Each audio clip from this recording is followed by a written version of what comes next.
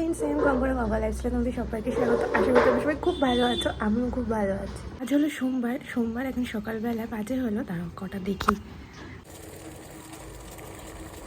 তোমরা কি ভাবলে যে ওখানে চা ফুটছে? না না, বাতাসা দিয়েছি বলে তাই বাতাসার কালারটা লাগছিল চায়ের মতো। এখন আমি নিয়ে নিয়েছি এই যে চা পাতা, তো একটুখানি চা পাতা দিলেই কিন্তু হয়ে যায়। আর থালাটা দিয়ে চাপা দিয়ে রাখি, কারণ যেহেতু এটা গ্রিন টির পাতা তো কালারটা বেশ সুন্দর হয়। এখানে নিয়ে নিয়েছি চা, পুরো কাপ ভর্তি হয়ে গেছে, আর তার সাথে বিস্কিট। কালকে যে বিস্কিটটা নিয়েছিলাম সেই বিস্কিট আর চা খেয়ে নিই এখন। খেয়ে কিন্তু আমি একটু বেরাবো, আর তোমরা সেটা দেখতেই পাবে আমি কোথায় যাব না যাবো। টাইটেল থাম্বনেল দেখে হয়তো বুঝতে পেরেই গেছো, বাট পুরো ভিডিওটা দেখো তাহলেই বুঝতে পারবে। দেখে তো বুঝতেই পারছো রেডি হয়ে গেছি আমি, আর এখন বেরাবো। আর এখন বাজে 10:30। ভিডিওটা দেখতে থাকো, আশা করি বুঝতে পারবে কোথায় যাচ্ছি। তো এতই প্রচণ্ড গরম দেখে বুঝতেই পারছো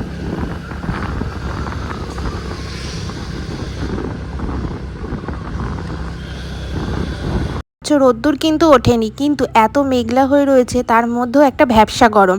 তো কি আর করা যাবে, এই ভ্যাপসা গরম মাথায় নিয়েই যেতে হচ্ছে।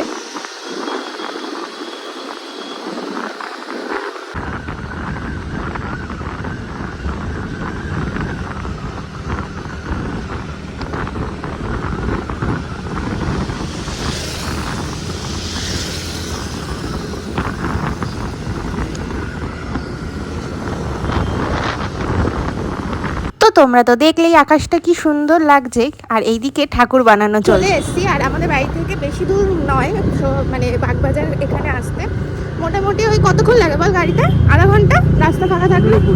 হ্যাঁ, ওই 15-20 মিনিট মতো লাগে। যেহেতু আজকে সোমবার তাই জন্য আরও বেশি ভিড়। এই যে এইটা হলো পুরোটাই ঘাট, মাঝখানে একটা চলে গেছে শোভাবাজার ফেরি ঘাট, যেখান থেকে আর কি লঞ্চগুলো ছাড়া হয়, আর একটা আছে সামনে, তারাও তোমরা দেখতে পাবে। ওই যে দেখা যাচ্ছে একটা, ওইটা হলো সামনে আরেকটা ফেরিঘাট, যেটা ওই হাওড়ার ওই দিকটায় পড়ে, ওই মন্দিরটা তোমাদেরকে একটু জুম করে দেখায়। আমাদের বাড়ি থেকে যেহেতু ভূতনাথ বেশি দূরে না, বললামই মোটামুটি ওই 20 মিনিট মতো লাগে।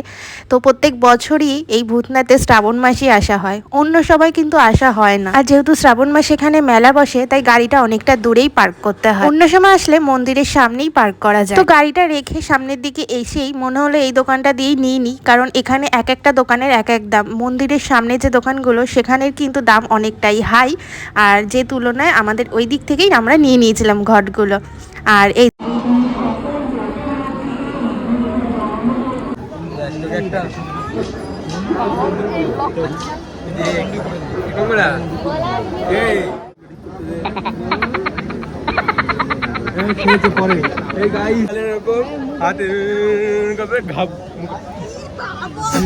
দিল জলটাকে ফেললো, এটা হয় এটা ব্লগে একটা কন্টেন্ট। গাইস 3 দিন ধরে আমরা লাইনে দাঁড়িয়ে আছি। লোটা মাথা দেওয়া যাবে, টুক করে একটা জল পড়েছে আর সব এখানে। जय हो शंकरा आदिदेव शंकरा, तेरे जाप के बिना चले ये सांस किस तरह।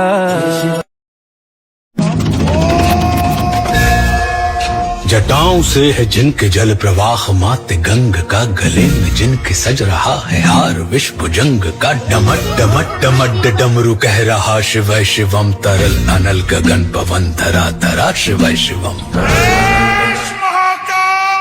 এটা হলো ভূতনাথ মন্দির থেকে বেরিয়ে কিছুটা সামনে, মানে যেখান থেকে মেলা শুরু হচ্ছে, গঙ্গার পাড়ে মা গঙ্গা দেবীর মন্দির। जय हो शंकरा आदिदेव शंकरा, तेरे जाप के बिना चले ये सांस किस तरह। ভূতনাথ মন্দিরে তো জল ঢেলেছি শিবের মাথায়, প্লাস এখানেও যেহেতু এই মন্দিরটা খুব সুন্দরভাবে সাজিয়ে আর সবাই এখানে পুজো দিচ্ছিল, আমরাও এখানে ধূপ দেখিয়ে নিলাম, আর প্লাস জলও ঢেলে নিয়েছি, আর কিছু বেলপাতা ছিল, ফুলও ছিল, বেশ ভালোই লাগলো।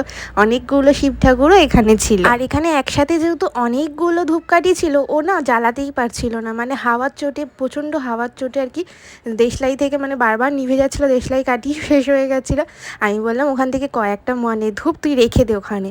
তো ওখানে রেখে দিল কিছুটা, আর কিছুটা জ্বালালো। তার মাঝখানেও না আমরা এখান থেকে গেছিলাম, ওখানে মোটা বাবার মন্দির আছে, মানে মোটা ভোলানাথ বাবার মন্দির, তো সেখানে গেছিলাম। কিন্তু সেখানে না এখন আর কি মন্দির বন্ধ ছিল, মোটামুটি ওই 2টো নাগাদ হ্যাঁ মন্দির খুলবে। তো অতক্ষণ তো দাঁড়িয়ে থাকা সম্ভব না, প্রায় 1 ঘন্টা।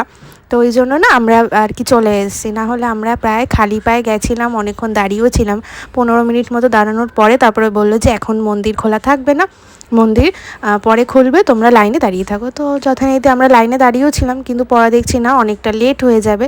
তো ওই জন্য বাড়িতেও চলে এসেছি। আর বাড়িতে আস্তে আস্তে আমাদের মোটামুটি 2:30 বেজে গেছে। আর হাতের অবস্থা দেখে বুঝতে পারছো কি পরিমাণে ট্যান পড়ে গেছে, মানে রোদ্দুর কিন্তু ওঠেনি, কিন্তু ওই গরম তো রয়েছে, তাই যতটুখানি চুড়িদার পরেছিলাম তার ততটুখানি ফর্সা লাগছে, আর বাদ বাকিটুকু কালো। পুজো দিতে পেরেছি আলটিমেটলি, মানে যেহেতু আজকে সোমবার না, ওই জন্যই এত ভিড়।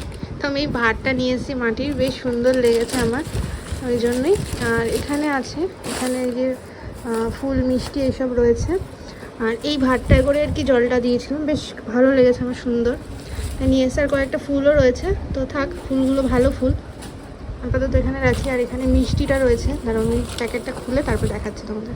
তো আমরা ওখান থেকে এই প্রসাদগুলো কিনেছিলাম, এখানে রয়েছে অনেক রকমেরই প্রসাদ। তো আমি এখন খাইনি, রেখে দিয়েছি।